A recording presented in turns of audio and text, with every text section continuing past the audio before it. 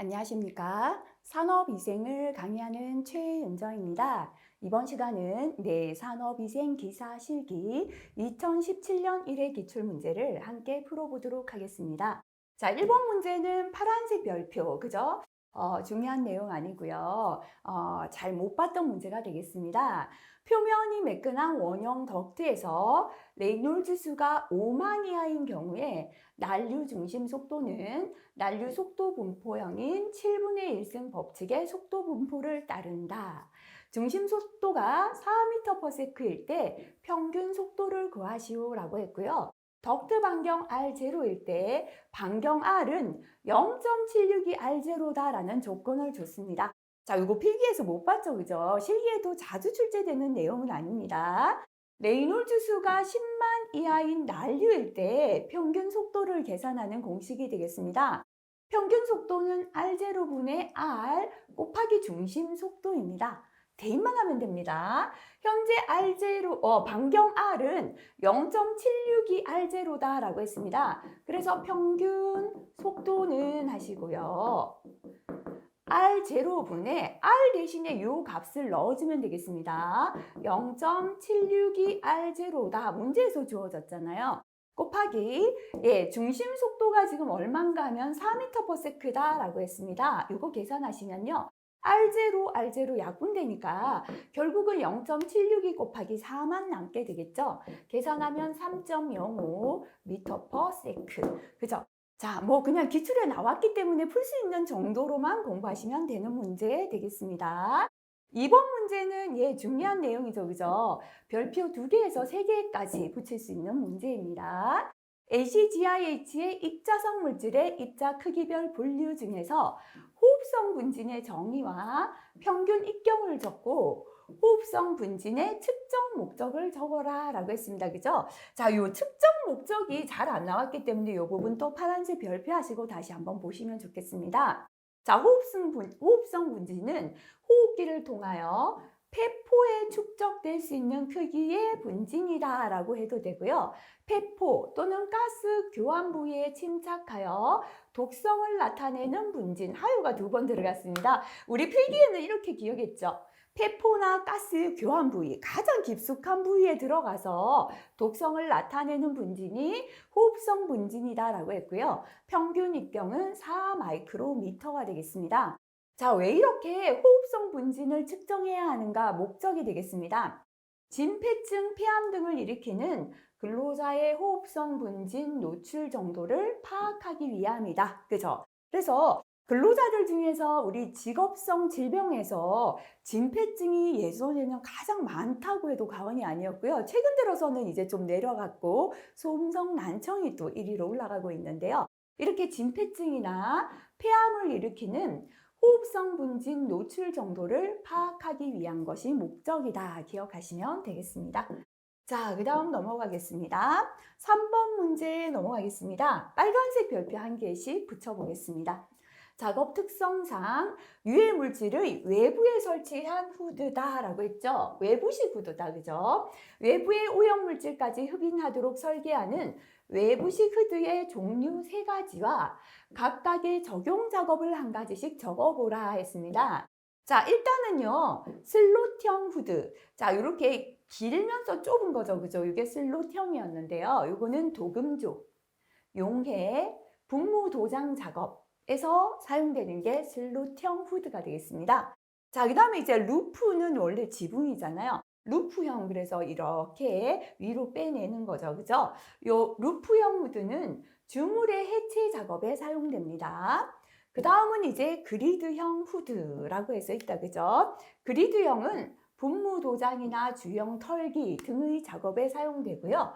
자, 그 다음에 이제 일반적으로 장방형 후드 있다, 그죠? 이 장방형 후드는 용접이나 혼합이나 분쇄 작업 등에 사용되고요. 푸시풀형이 필기에 잘 나왔죠? 밀어주고 당기는 형태, 그죠? 요거는 도금조와 같이 개방 면적이 큰 작업 공정에 사용됩니다. 자, 이 중에서요, 본인이 암기하기 쉬운 형태를 기억하시면 되겠습니다. 그래서 정답에는요, 위에 3가지 했습니다. 슬롯형, 도금조, 용해, 분무 도장 작업. 루프형 후드는 주물의 해체 작업, 그리드형은 분무 도장이나 주형 털기, 그죠? 이런 작업이고요. 또는 요거를 적으시는 것도 괜찮습니다. 푸시풀형 후드 단독으로 나오잖아요. 그죠? 어떨 때 쓰는가? 도금조와 같이 개방 면적이 큰 작업 공정에 사용된다. 적어주셔도 좋겠습니다. 자, 그 다음에 4번 문제는 또 단골 문제죠. 그죠? 그래서 별표 3개 붙여보도록 하겠습니다. 빨간색 별표 3개입니다. 그죠? 예. 테트라 클로로 에틸렌이 나왔습니다. TWA25고요. 분자량 165.80을 사용하고 있는 작업장에서 체중이 75kg인 작업자가 중노동 호흡률이 1.55m의 상승 per hour로 1시간, 경노동 호흡률이 8.6에서 7시간을 작업하고 있습니다. 작업장의 폭로된 농도가 20ppm이에요. 이 근로자의 하루 풍요량을 계산하라는 문제입니다. 단 온도는 25도씨 1기압이고 폐흡수율, 체내 잔류율은 75%이다 라고 주어졌습니다. 자, 그러면 지금 우리가 계산하라는 건 결국 뭔가 한번 볼게요.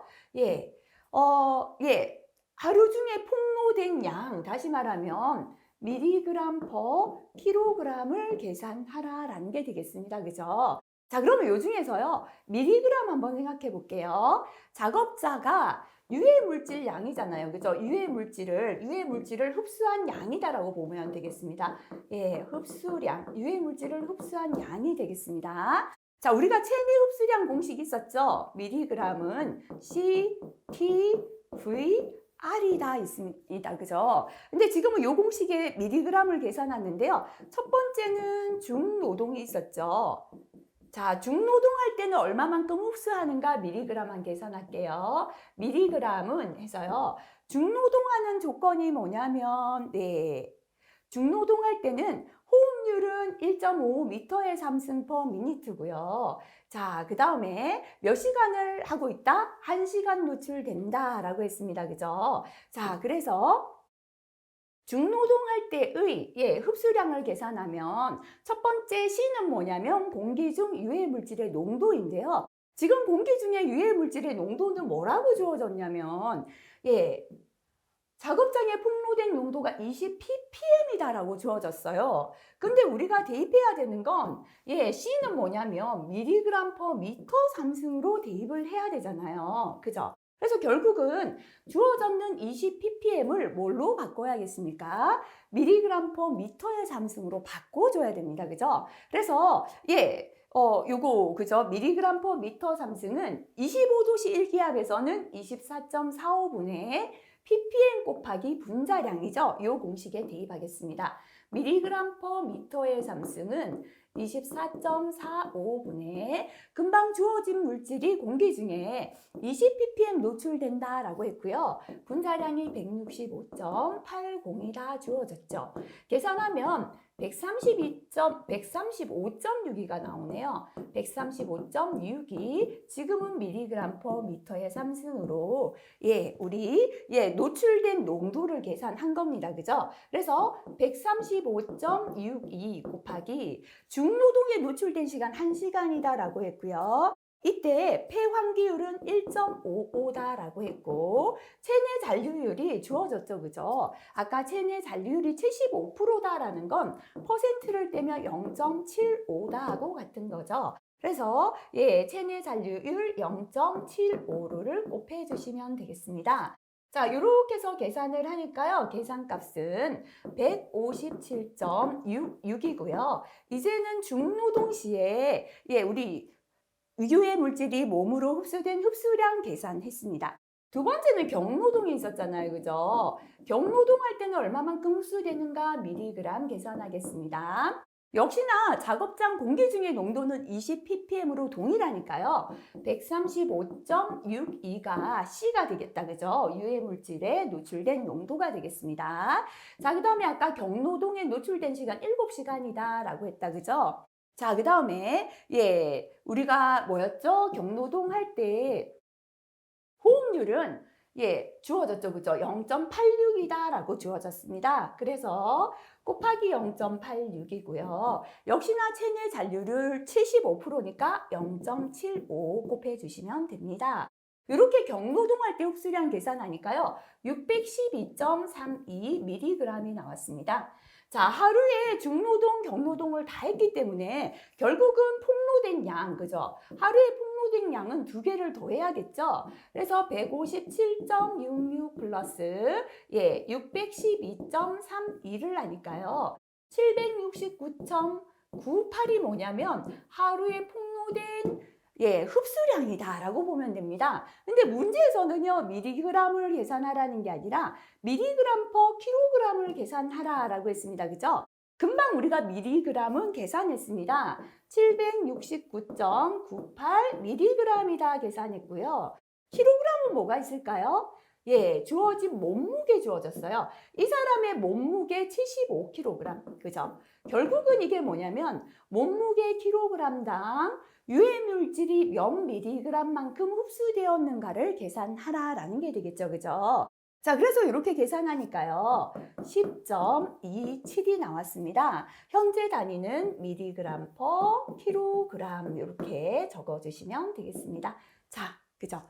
이제 풀이가 끝났는데요. 이 문제는 빨간색 3개를 붙였지만 파란색 1개 더 붙이겠습니다. 나왔던 유형과는 조금 다른 형태죠.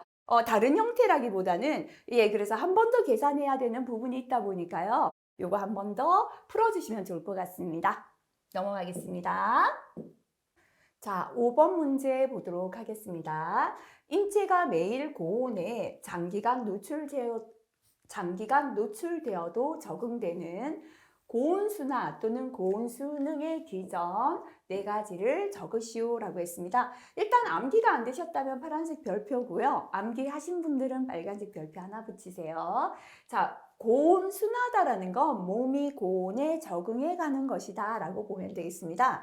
고온순화 기전 또는 고온순화 메커니즘 되겠습니다. 체온 조절 기능의 항진, 더위에 대한 내성 증가, 그죠? 고온에 순화되었다라는 것은 체온 조절, 몸 안에서 체온 조절하는 기전이 체온을 조절하는 능력이 항진되었다, 더 좋아졌다라는 것이고요. 더위에 대한 내성, 몸이 더위에 견디는 능력이 증가한 것이고, 열 생산이 감소. 이렇게 몸이 더위에 대한 내성이 증가하다 보니까 더우면 열을 막 발생하잖아요. 근데 몸에서 열 생산이 감소하게 되고 열 방산 능력은 증가. 대신에 열을 밖으로 방산하는 능력이 증가하다 보니까 몸에 열이 덜 축적이 되는 것이죠. 자, 이렇게 4가지가 우리 몸이 고온의 수능 또는 순화되어 가는 기전이다라고 할 수 있습니다. 첫 번째 체온 조절 기능의 항진, 두 번째 더위에 대한 내성 증가, 세 번째 열 생산은 감소하고 네 번째 열 방산 능력은 증가한다. 이렇게 4가지 되겠습니다. 자, 그 다음에 6번 넘어가겠습니다. 별표 2개에서 3개짜리다, 그죠? 자, 정의 한 2개 정도 붙여볼게요. 입자상 물질의 크기를 결정하는 가상 직경 중에서 공기역학적 직경의 정의를 적으시오 했습니다. 암기법도 볼게요. 가상 직경입니다. 그죠? 공기는 할 때 공기역학적 직경은 밀도가 1이고 구형이며 했습니다. 그죠? 대상 입자와 침강 속도가 같고 밀도가 1g/cm 3승이며 구형인 먼지의 직경으로 환산한 직경 이렇게 적으시면 됩니다. 자, 가상 공기는 밀도 1 구형이고요. 질량 중위 직경은 50% 입자 농도다라고 했습니다. 그죠? 질량 중위 직경은 입자 크기별로 농도를 측정하여 50% 누적 분포에 해당하는 입자 크기를 말한다. 이렇게 2가지 꼭 함께 기억하시면 좋겠습니다. 네, 넘어갔나요? 7번 문제 보도록 할게요. 자, 유해물질이 고체 흡착관의 앞층에 포화된 다음 뒤층에 흡착되기 시작하며 기류를 따라 흡착관을 빠져나가는 현상을 무엇이라고 하는가? 그죠? 파과다라고 합니다. 자, 참고는 한번 읽고 지나가시면 좋겠습니다. 8번 문제 넘어가겠습니다. 별표를 하나에서 2개 정도 붙여보겠습니다. 1대1 옥타브 밴드의 중심 주파수가 주어졌습니다. 700Hz일 때 밴드의 주파수 범위를 계산하시오라고 했습니다. 자, 높은 주파수다, 그죠? 낮은 주파수입니다. 낮은 주파수분의 높은 주파수는 2의 1분의 1이다. 다시 말하면 2다. 그죠? 근데 요거보다는요, 요거 기억하시면 되죠. 자, 요거는 그냥 지우시고요. 높은 주파수는 낮은 주파수의 2배 값이다. 요게 암기가 더 쉬우시죠? 그죠? 요거 하나 기억하시고요. 그 다음에 중심 주파수는 루트 낮은 주파수 곱하기 높은 주파수예요. 결국 요거는 루트 2의 낮은 주파수가 된다. 그러니까 요렇게 한 2가지 정도 기억하시면 되겠습니다. 자, 그러면 지금은요, 중심 주파수가 주어졌으니까 중심 주파수는 마지막 식 보면 루트 2 곱하기 낮은 주파수다. 그죠? 여기에서 우리가 낮은 주파수 구할 수 있겠죠? 낮은 주파수는 루트 2분의 중심 주파수 하면 구할 수 있겠습니다. 현재 문제에서 중심 주파수 값을 줬죠. 루트 2분의 중심 주파수 700Hz 하면요. 494.97Hz를 헤르츠가 나옵니다. 그죠? 자, 낮은 주파수 구했으니까요. 높은 주파수는 아까 뭐였습니까? 2 곱하기 낮은 주파수였습니다. 그래서 2 곱하기 494.97 계산하시면 되겠습니다. 계산하면 989.94Hz가 나옵니다. 지금은 주파수의 범위를 적어라 라고 했으니까 낮은 주파수에서 높은 주파수 이렇게 적어주시면 되겠습니다. 자, 그 다음에 9번 넘어가겠습니다. 공기의 유속을 측정하는 기기 중 기류를 냉각시켜 실내 기류를 측정하는 기기의 종류를 2가지 적어라. 그죠? 간단히 설명하면 요거네요. 실내 기류를 측정하는 기기를 적으시오인데요. 자, 암기 안 되신 분은 파란색 별표. 그죠? 지금까지 여러 가지 기기가 나왔는데 이렇게 유속 측정 기기 중에서 실내 기류를 측정하는 기기라고 물었습니다. 열선 풍속계와 카타 온도계가 실내 기류를 측정할 때 사용합니다. 열선 풍속계, 카타 온도계 2가지 기억하시기 바랍니다. 10번 넘어가겠습니다. 많이 나왔죠, 그죠? 자, 별표 하나 붙여볼게요. 가로가 30cm, 높이가 가로 곱하기 세로, 그죠? 또는 A 곱하기 B 해도 되겠습니다. 15cm인 장방형 후드가 직경이 10cm인 원형 덕트에 연결되었습니다. 플랜지의 최소 폭을 계산하라 했습니다. 그죠? 자, 우리 플랜지의 폭은요, 루트 뭐였습니까? 단면적 A를 했거든요. 현재 가로가 30cm니까요. 요거를 센티미터 단위로 구하시오 했으니까 값을 그대로 다 대입하면 되겠다. 그죠? 가로 30 곱하기 세로 15 하면 면적이 되죠. 자, 계산하면요. 21.21이고 단위는 센티미터가 되겠습니다. 2번째, 플랜지가 있는 경우, 플랜지가 없는 경우에 비해 손풍량이 몇 프로 감소됩니까? 많이 나왔죠, 그죠? 플랜지를 부착하면 손풍량은 25% 감소가 된다. 이렇게 적으시면 되겠습니다. 11번 문제 넘어가겠습니다. 암기 안 되셨다면 파란색 별표 붙이겠습니다. 송풍기를 기류의 흐름 방향에 따라 두 가지로 분류하시오 했습니다. 그죠? 자, 원심식은 회전하면서 흘러가는 거죠. 충류식은 축을 따라 흘러갑니다. 그죠? 그래서 송풍기를 기류의 흐름에 따라 분류하면 원심식 송풍기와 충류 송풍기 이렇게 2가지로 구분할 수 있겠습니다. 자, 그 다음 12번 문제 보도록 하겠습니다. 별표를 하나에서 한 2개까지 붙여도 되는 문제입니다. 집진기로 작업장 내의 가스를 포집하는 경우에 2개의 연결된 집진기에 집진기 전체 효율이 주어졌습니다. 98%이고요.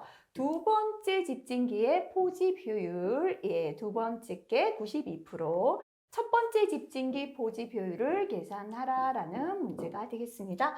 자, 요거는 2개 말고 한 1개 정도 붙여도 될 것 같습니다. 총 집진율을 계산하는 공식만 아신다면 대입만 하면 되는 문제죠. 총 집진율은 아시고요. 첫 번째 집진기의 집진효율 플러스 두 번째 효율 곱하기 1 마이너스 첫 번째 효율 해주시면 되겠습니다. 자, 그럼 대입 한번 해볼게요. 전체 효율이 98%다 했는데요. 퍼센트 떼면 0.98이죠. 또는 이렇게 퍼센트를 떼서 떼고 0.98로 대입해서 곱하기 100에서 퍼센트 내셔도 되고요. 퍼센트를 떼지 않은 값을 그대로 계산하셔서 마지막에 곱하기 100을 안 하셔도 상관은 없습니다. 일단 이렇게 대입하겠습니다. 자, 첫 번째 효율은 우리가 계산해야 됩니다. 두 번째 효율이 92%니까요. 0.92 곱하기 하시면 되고요. 1 마이너스 첫 번째 효율입니다. 괄호를 한번 풀어줄게요. 0.98은 첫 번째 효율 플러스 이렇게 곱하면 0.92고요. 이렇게 곱하면 마이너스 0.92 첫 번째 효율이 되겠습니다. 자, 그러면 요거를 이렇게 넘겨서 정리할게요.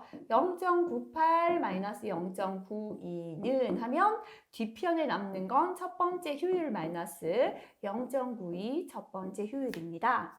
이거 순서를 반대로 적어도 상관없죠. 요걸 앞으로 보낼게요. 자, 요거는 1이잖아요. 그래서 첫 번째 효율을 괄호 밖으로 빼버리면 1-0.92 첫 번째 효율은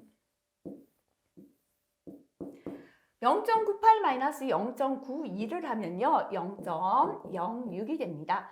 그러므로 첫 번째 효율은 1-0.92 곱해 적는 게 넘어가면 밑으로 가서 나눠줘야죠. 분의 0.06 요거 계산하시면 되겠습니다. 자, 요거 계산한 값에다 퍼센트를 내기 위하여 곱하기 100 이렇게 계산하면 75%가 나오겠습니다. 자, 그래서 지금 첫 번째 집진기 포집 효율 75% 이렇게 답을 적으시면 되겠습니다. 13번 넘어가겠습니다. 파란색 별표 한번 붙여보겠습니다. 작업장에 설치된 국소 배기 장치 송풍기에 정압이 2년 후에 많이 증가한 것으로 측정되었습니다. 결국 묻고 있는 건 송풍기의 정압이 증가되는 원인을 3가지 적으시오. 정압이 증가했다는 건 힘이 많이 들어가고 있죠. 압력이 높아진 거잖아요. 첫 번째는 공기 정화 장치의 분진이 퇴적되었을 때.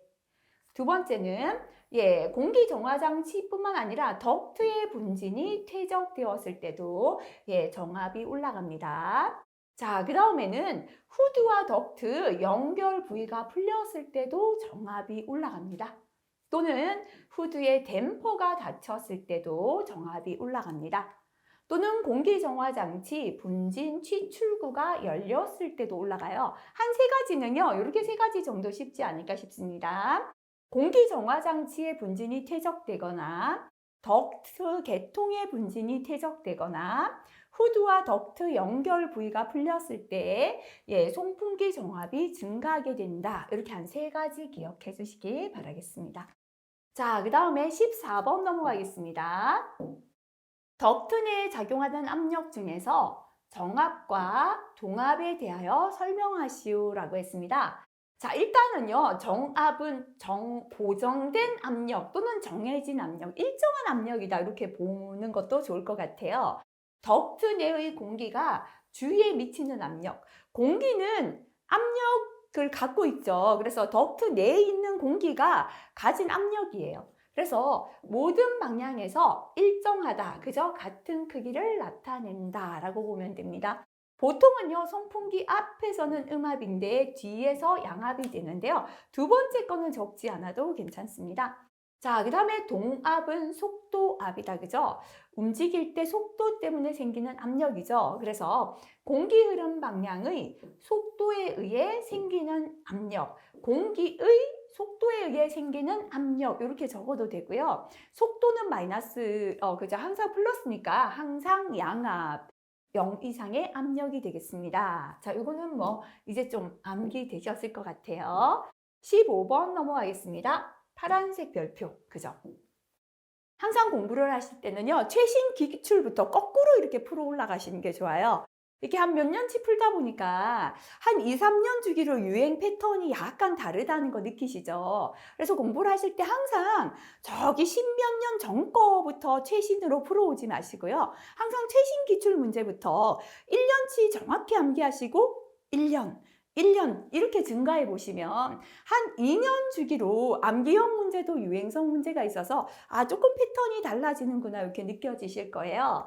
자, 최근 기출에 조금 없었던 게 그저 나오죠. 처음에는 파란색 별표인데요. 암기 되시면 빨간색 바꾸시면 됩니다.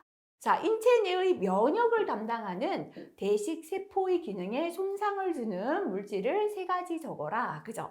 다시 말하면 면역을 떨어뜨리는 물질 되겠네요. 우리 많이 듣죠? 담배 연기. 그죠? 성면암 일으키잖아요. 유해화학 물질. 그죠? 역시나 암을 일으키죠. 그래서 담배 피면 암 걸린다 이러니까요. 우리가 면역이 떨어지니까 이런 질병이 생기는 거예요. 그죠? 훨씬 많겠지만 대표적으로 담배 연기, 성면, 유해화학 물질의 증기 같은 게 면역을 담당하는 대식세포 기능에 손상을 주는 물질이 되겠습니다. 자, 요거는 앞에서도 나왔죠. 그죠? 작업 환경 중 사염화 에틸렌의 농도가 1000ppm이다.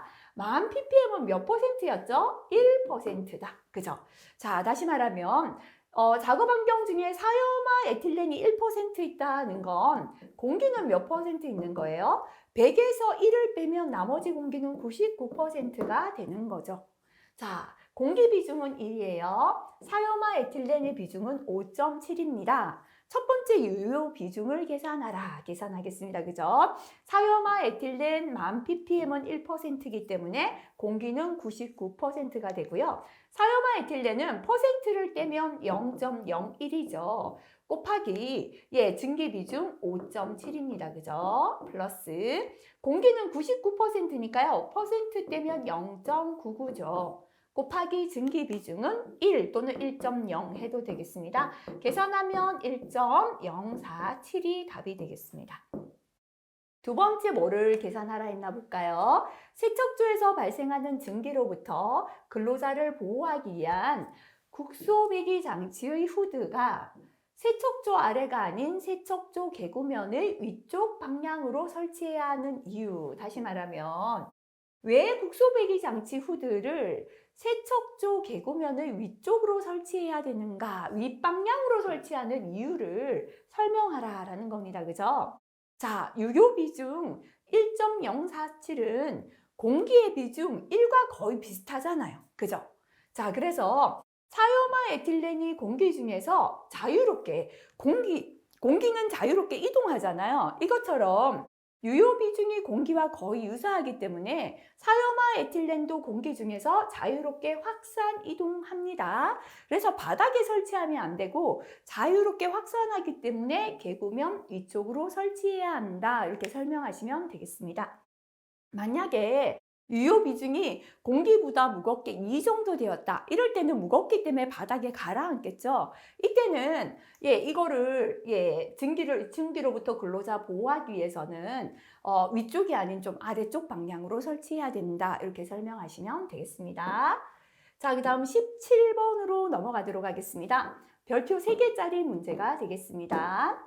어느 작업장에서 근로자가 8시간 작업하는 동안에 95데시벨 소음에 2시간, 허용 기준 4시간이고요. 90데시벨은 3시간, 허용 기준은 8시간이죠. 노출되었고 나머지 시간 동안 노출된 소음은 90데시벨 미만이었을 때 노출 기준 초과 여부를 평가하시오라고 했습니다. 자, 그러면 노출 지수 EI부터 계산할게요. EI는 노출 기준 TLV분의 실제 노출된 측정치를 해주시면 되겠습니다. 자, 이 95데시벨에서는 허용 시간이 4시간이죠. 그 중에는 2시간 노출되었습니다. 플러스 그 다음에 90데시벨에는 허용 기준이 8시간이죠. 그 다음에 근데 실제는 3시간 노출되었어요. 나머지는 90데시벨 미만이었을 때 했는데요. 원래는 산업안전보건법에서 소음은 85데시벨 이상의 소음에 노출되면 소음 작업이에요. 근데 나머지 85데시벨도 안 나왔고, 이건 일단은 무시를 해야겠죠. 그 이하가 몇 시간이다 주어지지 않았으니까요. 이걸 계산하면 0.875가 나옵니다. 자, 이 아이가 현재는 1을 넘지 않았다. 그죠? 1 미만이죠. 그렇기 때문에 어떠하다? 노출 기준을 초과하지 않았다. 이렇게 설명할 수 있겠습니다. 자, 그 다음에 18번 넘어가겠습니다. 별표 3개짜리가 되겠습니다. 자, 후드 단면적이 1.3m 제곱인 그저 A가 되고요. 외부 시계에 원형 후드를 설치하는 경우에 다음 조건에 적합한 필요 환기량 Q를 계산하시오라는 문제가 되겠습니다. 제어 속도는 0.4m/s, 후드로부터 발생원까지 거리는 1.5m가 되겠습니다. 첫 번째는 플랜지를 부착한 경우 필요 환기량인데요. 단위가 미터의 삼승 퍼 미니트다. 그죠? 꼭 확인하시기 바라겠습니다. 자, 우리가요. 첫 번째, 자유공간에서 위치하고 플랜지가 부착된 후드에서의 송풍량 Q는 일단 60을 곱하나 마나는 단위 봐야죠. 제어 속도는 미터 퍼 세크인데요. 환기량의 단위가 미터 삼승 퍼 미니트. 그죠? 환산해 줘야 되니까 곱하기 60 하고요. 플랜지를 부착하면 환기량이 25% 감소가 되죠. 그래서 결국은 75%만 남아도 된다. 그죠? 그래서 곱하기 0.75 하고 VC 곱하기 10X의 제곱 플러스 A가 기본식이었습니다. 대입하겠습니다. 0.75 곱하기 제어 속도는 0.4m/s다. 문제에서 주어졌고요. 10 곱하기 후드로부터 발생한 가지 거리가 1.5다. 그죠? 제곱 플러스 단면적이죠? 1.3이다. 주어졌습니다. 자, 요거를 계산하면은요. 428.40이죠. 미터의 삼승 퍼 미니트가 답이 되겠습니다. 자, 두 번째 볼게요. 플랜지를 부착하지 않은 경우에 필요 환기량이 되겠습니다. 플랜지를 부착하지 않았을 때는 감소되는 게 없기 때문에 곱하기 0.7만 빼면 되겠다. 그죠? 그래서 Q는 하시고요. 60 곱하기 0.4 곱하기 10 곱하기 1.5의 제곱 플러스 면적 1.3 요거를 계산하시면 되겠습니다. 계산하니까요. 571.20m의 삼승 퍼 미니트가 답이 되겠습니다. 자, 자주 나와서 이런 문제들은 그저 점수 주려고 냈구나 생각하고요. 반드시 풀이할 수 있도록 공부하시길 바라겠습니다. 자, 그 다음에 19번 넘어가겠습니다. 네, 흡음력을 계산하는 문제인데요. 요거는 별표를 하나 붙이는데 파란색 한 개 붙여볼게요. 자, 요거 파란색 별표를 하나 붙이도록 하겠습니다. 파란색으로 하겠습니다. 자주 출제되는 유형과는 조금 다르니까요. 다시 한번 체크하시기 바랍니다. 어느 작업장의 길이가 5, 폭이 3, 높이가 4m입니다. 천장, 벽면, 바닥의 흡음률을 각각 0.1, 0.02, 0.5라고 할 때 다음을 계산하시오라고 했습니다. 총 흡음력을 계산하시오라고 했습니다.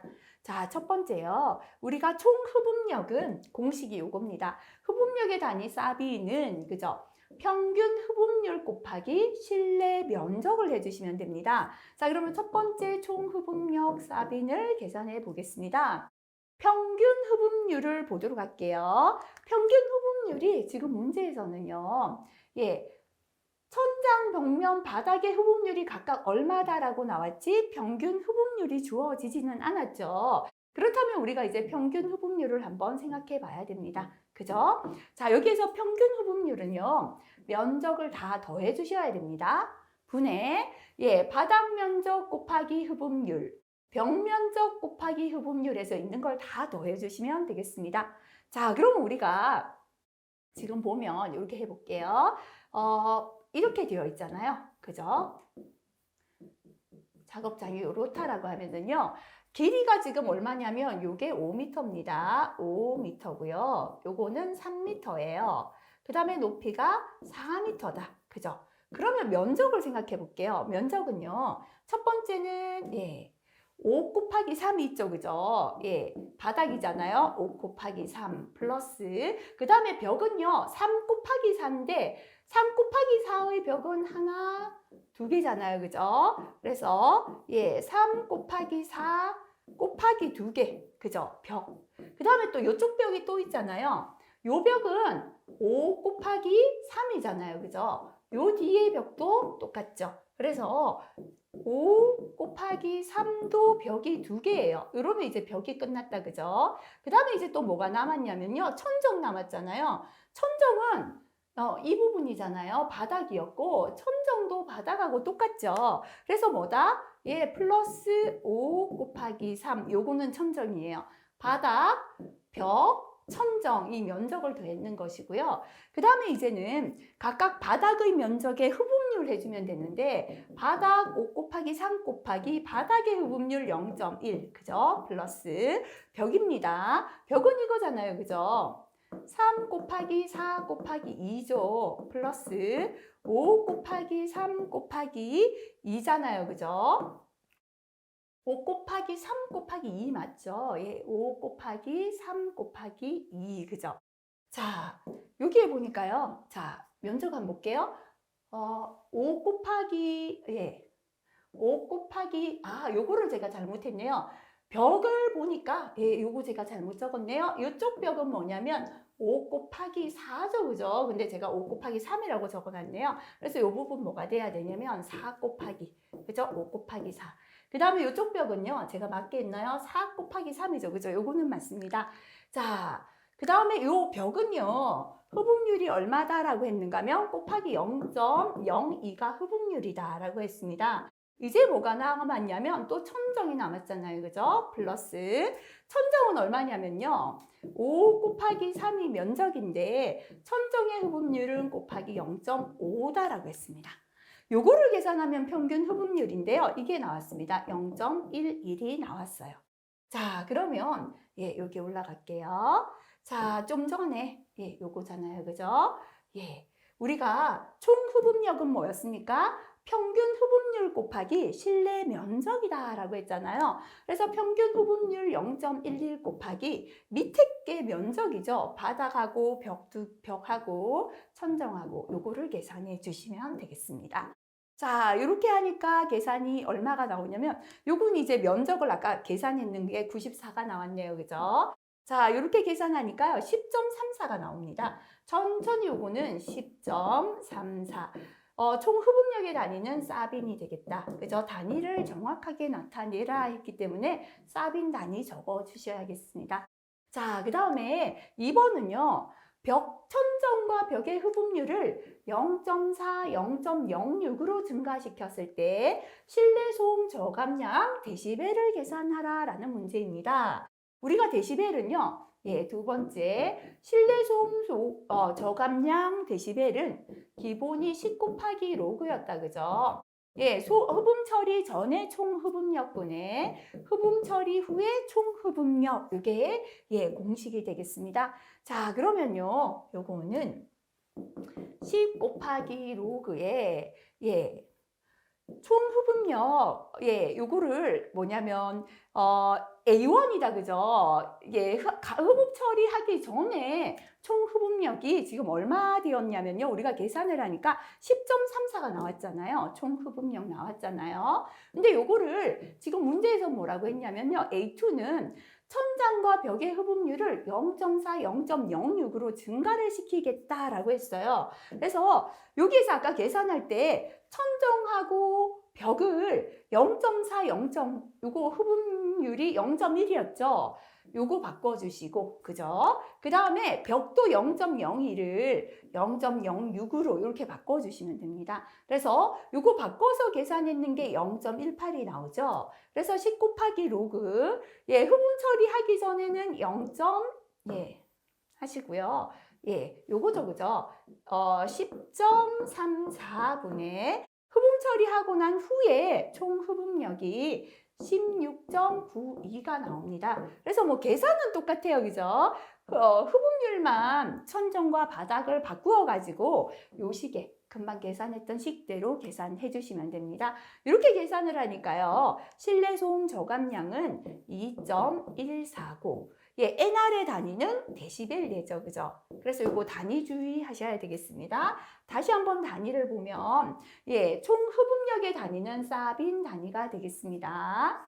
실내 소음 저감량이죠. 그죠? 단위는 뭐죠? 데시벨 단위 됩니다. 그래서 요거 두 개 단위 주의하시고요. 그래서 요 문제는 파란색 하시고 어려운 게 아니라 좀 그냥 예, 대입 잘 하시면 돼요. 바닥과 벽과 천정의 면적과 예, 어떻게 아까 직육면체 그려놓고 뭐 곱하기 뭐가 바닥이고 뭐를 곱하면 벽이 된다. 요것만 천천히 생각해서 이렇게 면적해서 대입해 주시면 되겠습니다. 천천히 한번 계산해 보시기 바라겠습니다. 자, 여기까지 하면 2017년 1회 기출문제가 끝이 났습니다. 저 파란색 별표 달린 내용들이 좀 새롭게 나왔습니다. 다시 한번 정리해 주시면 좋겠습니다. 수고하셨습니다.